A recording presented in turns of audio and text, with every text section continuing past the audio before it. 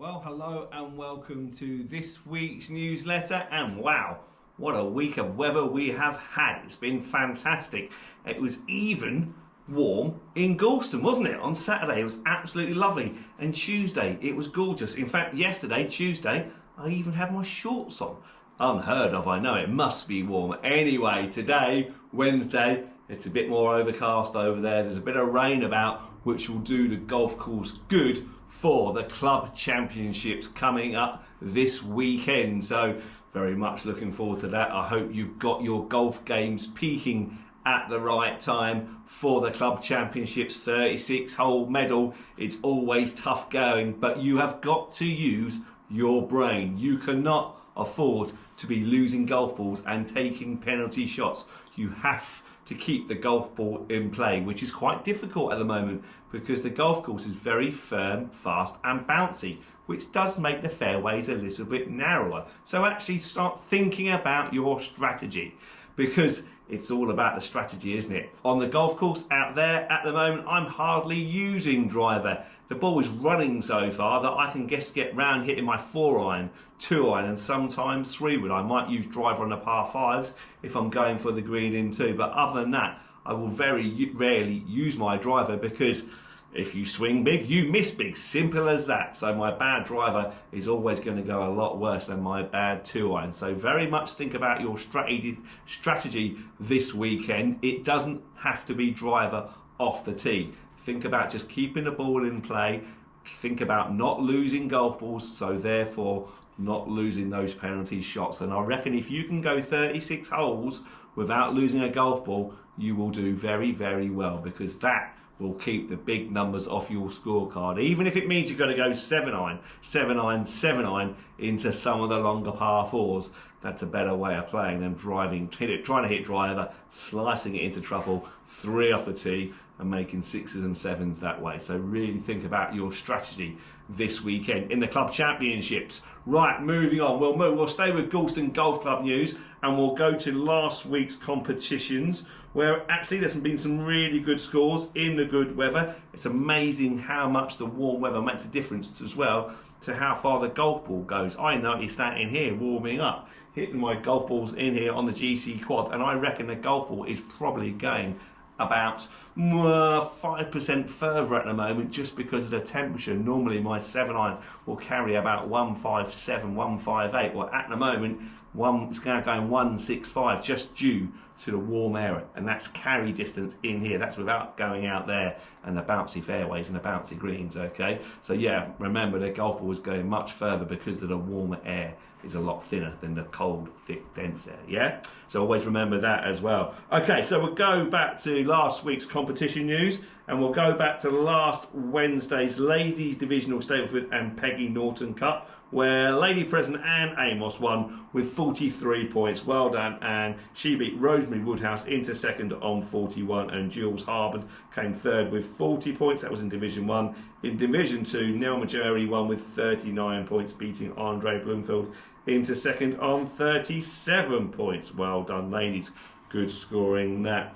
And then on Thursday, we had the men's midweek Stableford, where Matty G won with 40 points. Well done, Matty. He beat Jim Robinson into second on 37 points in Division 1. In Division 2, Neil Cunliffe won with a fantastic 45 points. Well done, Neil. Great score that. He beat Graham Lawson and Andy McCann into second and third, respectively, both with 41 points. More on Andy McCann in a bit. And in Division 3, Greg Carter won with 42 points. Well done, Greg.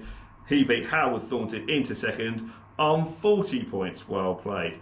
On Saturday, we had the Harvard Mixed Medal, where Jack Noakes won with a net 72, beating Stu Finch on countback also with a net 72. Yes, let's go back to Andy McCann and my latest pro captain match with David Mills and Andy's partner Tony Jackson, and it was a loss. Yeah, me and the captain David, we lost for only the second time this year. Actually, and I'm sure he won't mind me saying this, Andy McCann played really well, but David, the captain, for the first time this year, didn't show up. He had a bit of a bad day, and yeah, that was a reason probably why we lost. But you know, I can't make lots of birdies out there, unfortunately. I can make lots of pars, but not so many birdies, and we need David to play well for us to have a chance to win. But unfortunately, he just had a bad day, and that is golf. But Andy McCann did play really well. He got 41 points on his own.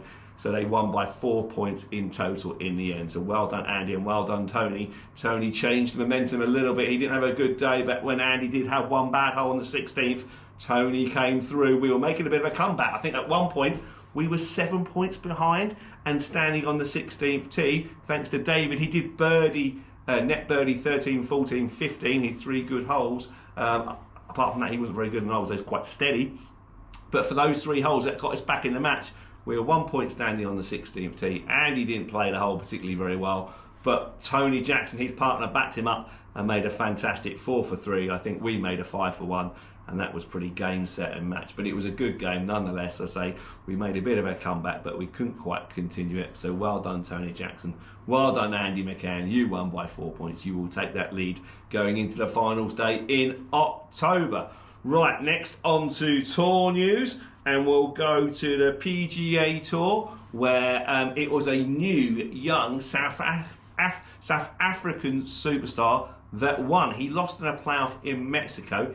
He hits the ball an absolute country mile. His name escapes me for the moment, but it was, Ulrich Poltega. Wow, what a player he is. So he's 20 years old, so he's the youngest player on the PGA Tour. I think he's now the youngest winner for several years. Him and Tom Kim won, didn't he, when he was 19. But yeah, Ulrich Poltega. And the thing about him, he has 195 mile an hour ball speed. That's massive.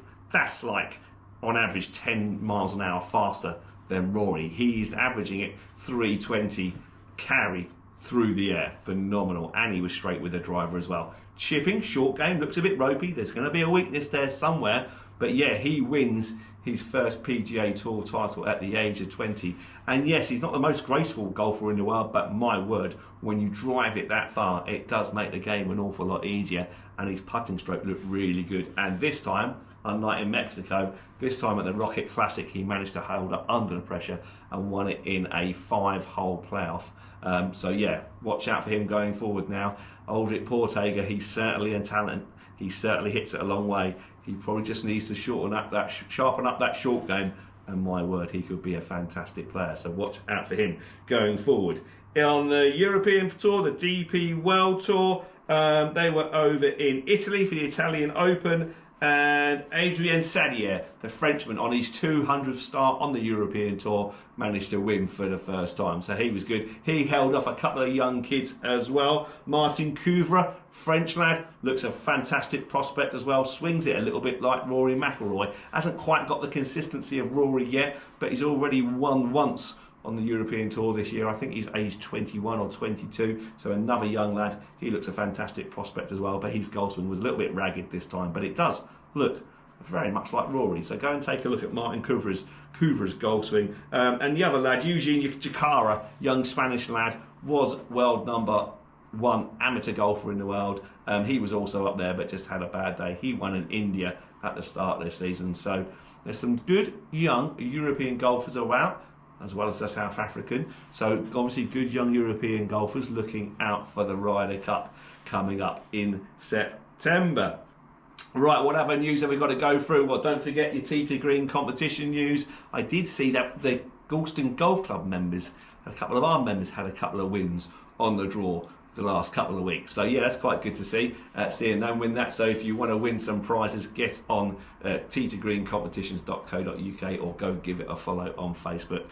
It's been a bit of a success at the moment, lots of prizes going out, so there are lots of people winning stuff. Right, okay, that is everything for this week. Thanks very much for watching. Good luck to all those playing in the club championships this weekend. I shall see you out and about because I shall be here all weekend helping Stu out and the office staff doing the scores. And obviously organising the juniors which go out on Sunday afternoon.